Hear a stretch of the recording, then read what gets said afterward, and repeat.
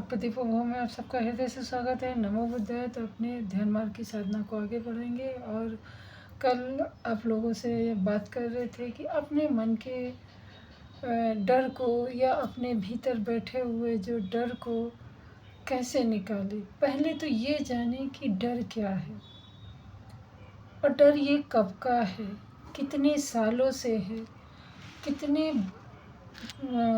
बरसों पुराना ये डर आपका है। ये डर आपके इस जन्म का है कि पिछले जन्म का है, क्योंकि जब तक आप डर के विषय में पूरी तरीके से जानकारी नहीं लोगे तब तक शायद ये डर आपको डराता रहेगा। और आप इसलिए डरते रहेंगे कि आप डर के विषय में ज़्यादा जानते ही नहीं हो। अभी जैसे उदाहरण के लिए हम बोल दें कि रमेश से क्या तुम मिले थे? अरे भाई, हमने जब रमेश को देखा ही नहीं, हम रमेश को जानते ही नहीं, तो रमेश से क्या मिलेंगे। या फिर कोई कह दे कोई विदेशी चीज़ का, जैसे कि पहले जब अपने जब इतना देश अपना बाहर की चीज़ें यहाँ पे नहीं थी, तब कोई कह देता कि क्या बर्गर तुमने खाया, कैसा है सो, तो क्या आप बता सकते। परंतु आज आप बता सकते हैं, क्योंकि आप आज बर्गर को मंगाते भी हो और लेके वहाँ पे बैठ के खाते भी हो, स्वाद लेके खाते हो, किस किस चीज़ के और कितने प्रकार के बर्गर खाते हो। तो आज आप बड़े विश्वास के साथ बता सकते हैं कि आपने बर्गर को देखा भी है, आपने बर्गर को खाया भी है, आपने बर्गर को छुआ भी है, आप बर्गर का साइज़ जानते हो, बर्गर में क्या क्या पड़ता है वो जानते हो, बर्गर किसके किसके साथ खाया जाता है वो भी जानते हो। तो ये उदाहरण था। तो ठीक उसी प्रकार से जब आप अपने मन के भीतर बैठे हुए डर का पूरी कुंडली निकाल लेते हैं तो डर चुटकियों में भागता है। ना मानो तो करके देखो। अगर मैं अपना अनुभव बताऊं, तो जब मैं पहली बार विपश्यना केंद्र में गई थी, आचार्य सत्यनारायण गोयनका जी का जो विपश्यना केंद्र है ग्लोबल लेवल का, ये गोरई में एसल वर्ल्ड के सामने है विपश्यना केंद्र, पगोड़ा जिसको बोलते हैं। एक बार अगर अपने जीवन में आप जैसे 4 धाम की यात्रा, 4 धाम भी वो विष्णु लोग कहते हैं कि मतलब वो दूसरे धर्म से जोड़ के बोलते हैं, परंतु वो भी बौद्ध जी का ही 4 धाम है। कोई बात नहीं, आप किसी भी रूप में जाइए, मन की शुद्धि का मेन मकसद रहता है। तो 4 धाम तो जाइए एक बार, या तो इगतपुरी के या तो अपने जो राज्य हैं उनमें एक बार ज़रूर जाइएगा। पगोड़ा में अंदर जाके पूरी जानकारी लीजिए, अनुभव कीजिए। एक दिन का भी शिविर होता है, तो एक दिन के शिविर में भी अगर आप जाएंगे और अनुभव लेंगे तो आशा है कि आप लोगों के विचार बदलेंगे और वहाँ पे जाके आपका जो अनुभव होगा वो आपके उन्नति में, बौद्धिक उन्नति में, मानसिक उन्नति में बहुत सहायक होगा। तो यहाँ पे मैं अपना अनुभव बता रही थी कि जब मैं पहली बार ये गोरई वाले पगोड़ा में गई थी, तो वहाँ पे मैं ध्यान कर रही थी, परंतु वहाँ पे कमरे बिल्कुल एक कमरा आपको सेपरेट करके दिया जाता है और वहीं पे आप ध्यान भी करो और सो भी, और बिल्कुल मौन धारण किया जाता है उसमें। वो उसका कभी डिटेल में बाद में बताऊंगी। तो मैं अपने कमरे में रात को सो नहीं पाती थी। 1 दिन बीता, 2 दिन बीता, 3 दिन बीता, चौथे दिन मतलब अभी देखिए इस समय भी मेरे गूज़बम्प आके गए हैं, क्योंकि वो पल मुझे याद आया है। मेरा डर मेरे आँखों के सामने बैठा दिखाई दे रहा था। आप विश्वास करेंगे, इसी को लोग बोल देते हैं कि फिर जैसे कि मतलब डरावनी चीज़ों से कनेक्ट कर देते हैं। उस समय मैं भी यही सोच रही थी और मैं मारे डर के 7वें दिन उतनी ही रात को, करीब रात के 2 ढाई बज रहा था, मुझे नींद नहीं आ रही थी और मेरा डर मेरी आँखों के सामने बैठा था, जिससे मैं और ज़्यादा भयभीत हो रही थी, क्योंकि पगोड़ा का जो वातावरण है, ध्यान साधना का वातावरण है, वो बहुत ही शांतिमय रहता है। वहाँ चिड़ियों की क्या झींगुर की भी हल्की सी आवाज़ भी सुनाई दे जाती है। ऐसी अवस्था में सोचिए, आपका डर आपके सामने आँखों के बैठा हो और आप बिल्कुल अकेला महसूस कर रहे हैं, तो कैसा प्रतीत होगा।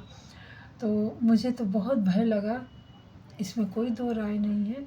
और मैं हमारे डर के जो परिचारिका रहती थी, वहाँ की मतलब जो शिक्षिका लोग रहते हैं, 10 दिन के पगोड़ा में आपकी मदद करने के लिए उनका कमरा रहता है शिक्षिकाओं का। तो वहाँ पे मैं गई अपने गुरु शिक्षिका के पास और मैंने उनको बताया, तो बोली कोई बात नहीं, ये सब होता ही है और ये स्वाभाविक है, ये आपका डर आपका निकल रहा है, ये बहुत शुभ संकेत है, क्योंकि बहुतों का डर जन्मों जन्मों से पड़े रहते हैं तो वो निकलते नहीं। आपका पहले ही साधना में, पहले ही शिविर में आपका डर आपके सामने आके बैठ गया है, मतलब आपका डर खुद डर रहा है और वो खुद भागेगा। तो फिर भी मैं तो डरी ही थी।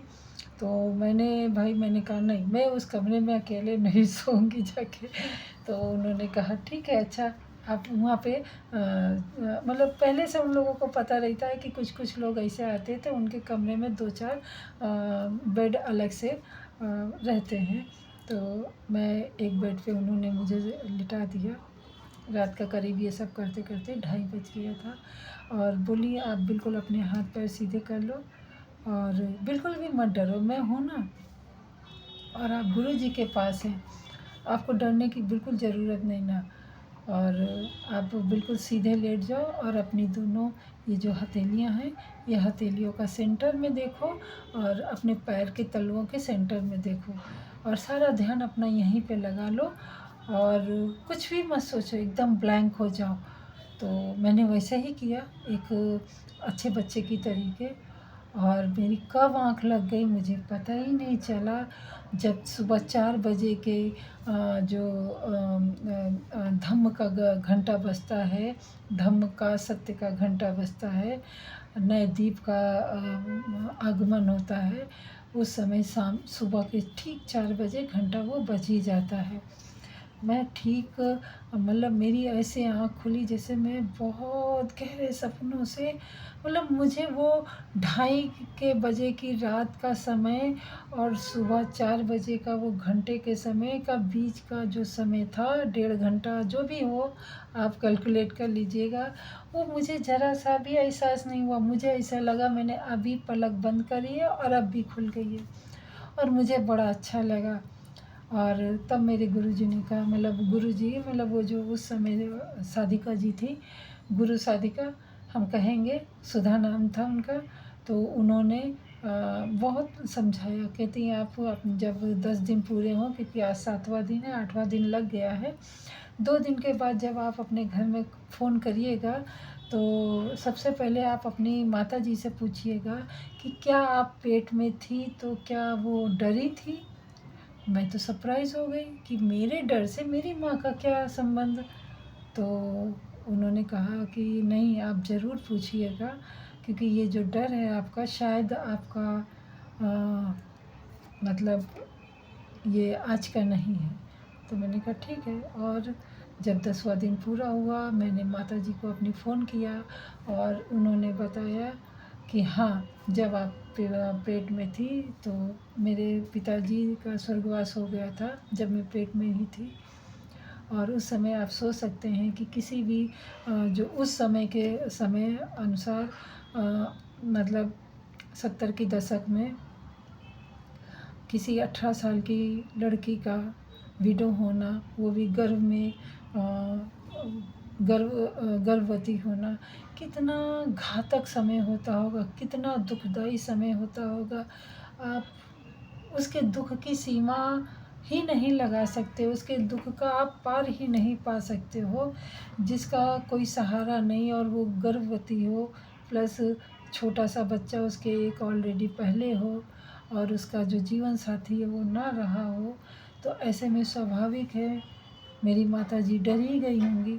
और मेरी माताजी ने यही कहा कि हाँ, मैं उस समय बहुत डर गई थी, क्योंकि मेरे सामने बिल्कुल पूरा जीवन पड़ा था। 2-2 बच्चे थे, मतलब मैं पेट में थी।